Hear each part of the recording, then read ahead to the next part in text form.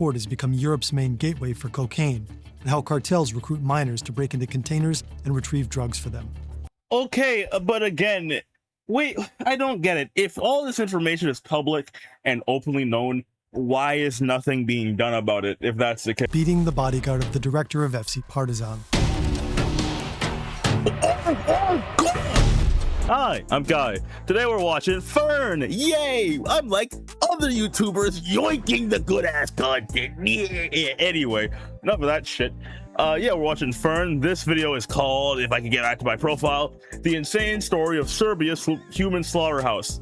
That's a lot of S's for me, bro. If you like the video, subscribe, like, all that jazz.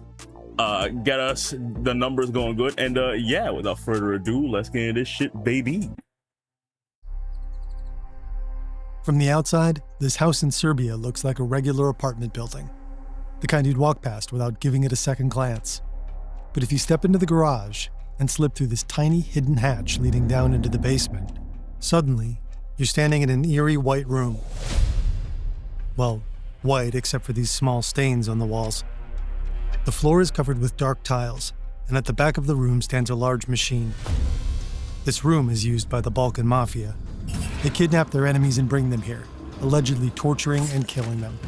But bodies are evidence, so they make sure there isn't any, reportedly with the help of an industrial meat grinder. I think their motto was that if there's no body, there will never be possible to prosecute us. This is the story of one of Europe's most notorious crime networks and their human slaughterhouse. Their alleged ties to Serbia's elites, and an ingenious takedown by relentless investigators. This shit was in New York? I thought Serbia was Russian. Okay, I guess.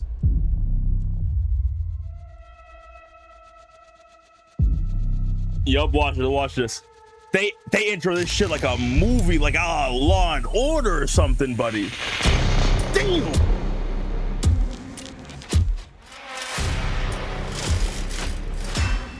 Yo, Fern needs to make a whole like a detective movie or some shit. Fern, the human slaughterhouse. This video contains graphic descriptions of violence as well as references to disturbing material. Viewer discretion is advised. Oh yeah. Much of what we know about this case stems from an indictment by the Prosecutor's Office for Organized Crime in Serbia, as well as reporting by the Organized Crime and Corruption Reporting Project and the Serbian investigation portal Creek. Their work has been crucial in uncovering this story. You can find links in the description. Chances are you'd struggle to find Serbia on a map. It's a landlocked country, south of Hungary, next to Romania. Roughly 6.5 million people live here. Politically, it's run by the right-wing SNS party. Aleksandar Vučić has been president since 2017. On the streets of Serbia, the Balkan Mafia has a strong presence. Two clans play a major role, the Kavač and the Škaljari. Their story begins in a neighboring country. Kotor is one of the most beautiful towns in Montenegro. This is Stevan Dojčinović. He's the editor-in-chief of the Serbian investigative portal Creek. They have really a huge old town, which is really nice, and it's a popular tourist area. And there's a lot of basically sailors that are actually coming from this town. We call that an end point. That's where you lay your head down and die. That's what you call that. In the 2000s, a single criminal group called the Kotor clan operated here. It was under the rule of drug lord Darko Šarić. For more than a decade, he controlled a significant share of the cocaine trade into Europe, until he was arrested in 2014. And after a cocaine deal went wrong in Spain, the group split into two clans, the Kavač and the Škaljari, named after two villages in the region. These two clans don't just operate in Montenegro. They're active across the Balkans and traffic drugs all over Europe. So basically the role of Balkan organized crime group is to transport big amounts of drugs from South America to Europe, and then usually they sell these drugs to European gangs. They will not deal with distributions. The Kavač and the Škaljari are locked in a violent conflict. This basically means they're hunting each other down. I cannot even count it anymore. Oh, so it's just the Bloods and Crips of Europe, or like of Montenegro, sorry. Well, I bow geography. Oh, y'all just Bloods and Crips. Okay, that makes sense. But it was definitely more than 100 murders were connected in this war of these two gangs. More than 100, definitely. And then in different countries, they found groups to join one another side. Like in Bosnia, some of the Bosnian criminal groups joined more like Škaljari, others joined the Kavač gang. As a result, The conflict between the Montenegrin clans has spilled over into neighboring countries: Croatia, Bosnia, Slovenia, and Serbia. In Serbia, they were looking for like local Serbian allies. They found, and as one of their most important allies in Serbia was this criminal group around Belivuk. That boy, damn. Never mind. I was gonna say that boy looks like a Discord mod. I want no beef. This is 2000. I'm pretty sure all these people are either old and dead. But just to say this right now, I want no smoke. Anyway, he kinda look like a Discord mod, not gonna lie. I was gonna say he don't look like no kind of trouble. As you may have noticed, we've added this disclaimer to our videos. With generative AI on the rise, we want you to know there's a real team building these animations and researching and writing these stories. We don't think AI should ever replace human creativity and effort. In our view, if used correctly and prudently, it can simply be a useful supportive tool. Merlin AI is an all-in-one AI platform that gives users access to all major models in one subscription, including ChatGPT, Gemini, and Claude. Okay. Well, okay, I know these videos take a lot of money to make, and I'm not saying I'm above this at all, like, to get a bag. I'm just saying it is a little crazy to, like, say that, like, hey, human animation needs so much, and we have an entire team doing this, and we think it should never, like, replace humanity. This is where you can get all your AIs in a one-stop shop. You know, I'm not saying, like, he's supporting it in that kind of way. It's just a little crazy. A little ironic, that's all. Tone. Loud, aggressive, and powerful. One of them is Veliko Belivuk. In 2016, he's a member of a hooligan group called Janičari.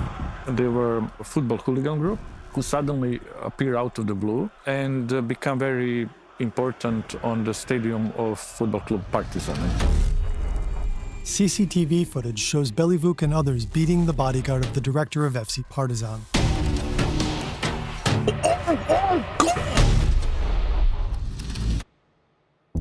After Janičari's leader is murdered, Belivuk takes over. According to the New York Times, he renames the group Principi because he acts on principle. But the name also carries an association with Gavrilo Princip, a nationalist whose assassination of Archduke Franz Ferdinand of Austria set off World War I. Over time, Belivuk transforms. He's no longer just a leader of hooligans. He became one of the top allies of Kavač gang. Principi begins to operate as a major outpost for the Kavač. Yo, no, that baby. Wait, no, that actually fucked me up for a second. Wait, do they not allow y'all to have I mean, you're in Europe, I guess, so it's less of a gun. It's less of like a gun territory than it is in America. Even then, they don't really give guns to security guards in America, neither.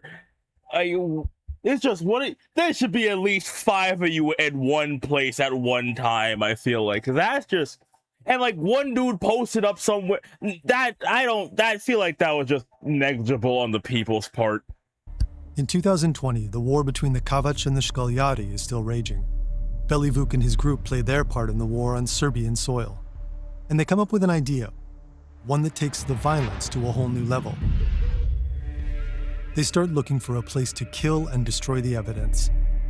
They found a house which was very close to the river, on the outskirts of the Belgrade. This building will become their slaughterhouse. Inside, they set up a torture chamber. This is where they'll bring their victims, mostly members of rival gangs. So it's really perfectly hidden.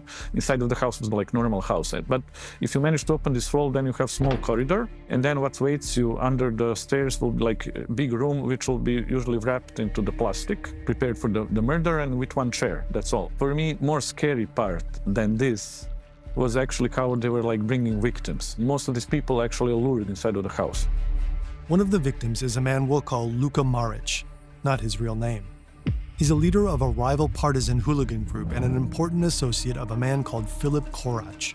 Now, Filip Korac is an important organized crime figure from the Serbia who sided with Škaljar gang. That means Luka has ties to the enemy. In August 2020, his wife is making dinner and feeding their 2 babies. Luka heads out to buy guns. He was afraid for his life that moment. So he kind of felt something could happen. He wanted to buy new guns, most likely in order to better protect himself. According to the indictment, he meets a friend he trusts on a dirt road beside an empty field. Luka doesn't know it yet, but his friend has betrayed him. The meeting is a trap. Belivuk and his gang are waiting for him. Their modus operandi will be to find a person which is very close to you, which then they will make to shift the sides and start working with them. And then they will use somebody you trust to actually lure you. So this happened in this case. They jump him, tie him up, and take him to the slaughterhouse. Then they drag him inside, force him to unlock his phone and go through his contacts. The first moment he understood that basically he's done.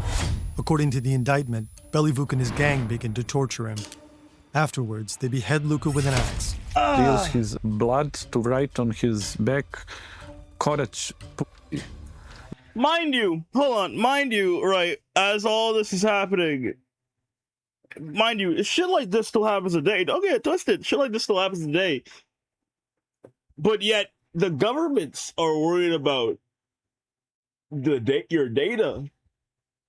This shit still goes on today. Mexico has been in ruins for ages now. Not ruins, but you know what I mean. And yet, the governments are worried about Chinese TikTok. It's like, what are we doing, bro? Genuinely, so much money. There's a trillionaire walking around. I don't get it. I don't get it. I don't get it. Which was kind of basically a message for this boss, Philip Courage. Then Belivuk and his gang send a photo of the scene to Luka's boss. One of the messages reads, "TikTok, TikTok, this is how you'll end up. We'll catch you." And you talk like a loser, bro. Damn. According to prosecutors, after that, Luka's body is cut into pieces and put through the industrial meat grinder. The remains end up in bags and are dumped into the Danube. River was the kind of final stage of dismantling the body, which started inside of the house when they were basically chopped the bodies and grind them through this machine until they literally become, let's say, liquid in a way, because then this liquid basically throwing in the river, which fishes eat. So literally, there was not even like small bone, anything that could be found. Then the bags, along with the victims' clothes and belongings, are burned. They decide to run the slaughterhouse because they believe that's the most efficient way to kill people and not leave the traces. In the end, the whole thing was about efficiency and hiding any traces. And actually, it was efficient in a way that till today, no body was recovered. I think their motto was that if there's no body, there will never be possible to prosecute us. Weren't they caught on video beating? Isn't that enough reason to put them behind bars, or am I being dumb here? Luka is neither the only nor the last alleged victim of Belivuk and his group. Zdravko Radojevic was lured in a similar way, with the promise of buying a gun. The prosecutor claims he also ended up in the meat grinder. And then there's Milan Lapoja. Milan Lapoja was the highest level criminal who was killed in the slaughterhouse. He was like some old school mafia guy. He first made headlines in 2007. Back then, he was part of a group of notorious jewel thieves known as the Pink Panthers. It's like the group that Hollywood movies were made about. Their Dubai job, the Wafi Mall heist, is legendary. In just 170 seconds, they stole millions in jewelry and sped off in their Audis. But Interpol eventually caught up with them. DNA evidence linked Lapoja to the heist. He was ultimately arrested and sentenced to 9 years. Yeah, that gets you. That gets you. One thing that gets you, bro, it's a smart criminal. A lot of people doing crimes, let's be honest here, they're fucking stupid. You get a smart criminal every once in a while, in and out. They're the most dangerous folk. In prison. After that, he returned to his hometown in Serbia and got in bed with the Shkolja. Lord help you if they're attractive, because then people are gonna send them nudes and money for some reason. Clan. By 2020, he had a new job. He took role in one attempt to murder the leader of Kavač gang, Rado Zvitser, in Ukraine. He was shot a couple of times, but he managed to survive. Lapoja was allegedly involved in planning the attempted killing. Now the Kavač clan wants revenge. Like Luka, Lapoja feels threatened. He starts looking for extra protection and considers buying an armored car. Belivuk and his gang hear about that and lure him into a trap. and they call him to come to this house in Ritopek. Instead of buying a car, he too ends up in their torture room. And it's interesting how he reacted. So he was down in this chamber. He saw they came with the axe to chop him. He reacted in a way like, well, what do you do? He said, like, this is very bizarre. I'm not for this kind of stuff. And he said, I'm for, like, we can do fist fighting, we can shoot. Oh no, buddy, hey, you're not with the times. They don't do that no more. No. People be getting, bro, nowadays, people be getting big for attracting women. I'm not any better. I do the same shit. I'm just saying, you think I got big to fight people? You think I lifted weights to fight people? No, I'm shooting you. People don't box no more, bro. People don't box no more, and it'd be annoying too, cause it'd be the most. Yeah. What now? I'm big man. Got a gun in his hand. What that Iron Man said? Without that, no, fucking what are you without that suit? And you're like, what are you without that gun? Bitch ass boy. With the guns, but this thing, no. And this is really interesting because you can see really kind of big difference between his older generation, these new young guys were like kind of very much brutal even. Stevan calls Belivuc and his group a millennial mafia, a generation of criminals that doesn't just kill but turns violence into a spectacle. And though Lepoya fights for his life, there's no escape. But how do we know all of this? Time to talk about Sky. Sky Global was founded in Canada in 2008. The company runs an encrypted messaging network, and it sells phones that come with this ultra-secure network pre-installed. A lot of users switched to Sky phones after a similar encrypted phone provider was taken over and then shut down by the authorities. The camera, microphone, and GPS are all disabled in Sky phones. The encrypted messenger Sky ECC is hidden inside the calculator app. Users access it by entering a specific code. And then you use your nickname, which you create, to communicate with other nicknames through this Sky network. So it was basically way how basically criminals can speak. You can choose for your messages to automatically delete. If the phone isn't used for a certain period of time, it'll erase itself. There are also this just like old age Telegram, and if that's the case, I ain't use Telegram. I wouldn't know. Features like a panic password and a kill switch. The phones can be accessed remotely to instantly wipe all data from them. The company is so confident in its privacy protections that it offers $5 million to anyone who can break their encryption within 90 days. Really? Sky phones are perfect for people who value privacy above all else. And they're quite popular with criminals. You can't just walk into a store and buy one.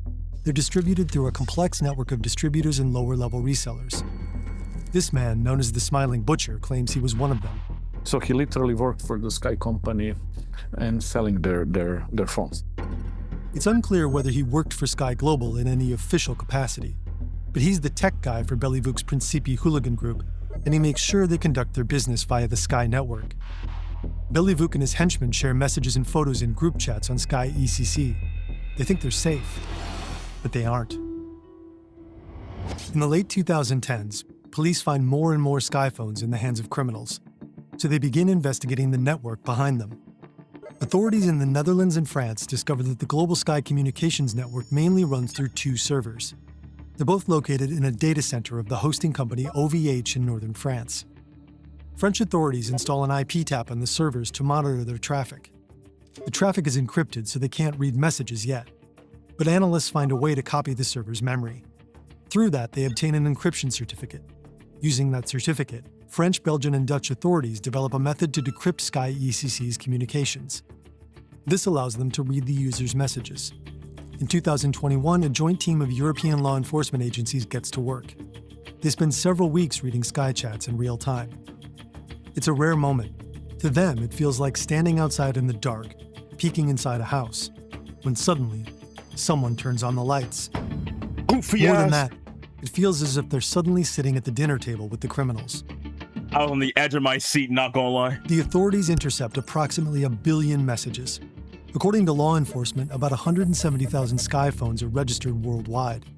Each month, roughly 70,000 users actively communicate on the platform. Some are located in the Americas, but most are in Europe. About a quarter of all active users are based in Belgium and the Netherlands. Many of their messages, police say, cluster around one specific place, the port of Antwerp. We've already made a video about how Antwerp's